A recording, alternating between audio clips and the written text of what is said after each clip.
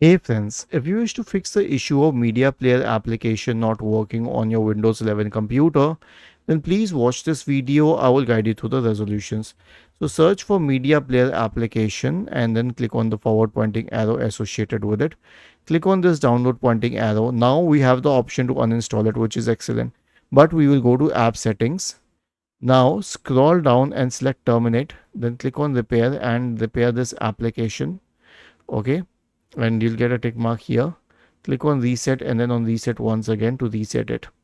If this doesn't help, then straight away uninstall the application. Then search for store in the Windows search bar and open the Microsoft Store. Search for media player here.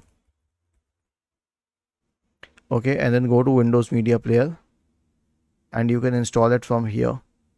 Was this helpful? If yes, then please subscribe to the channel.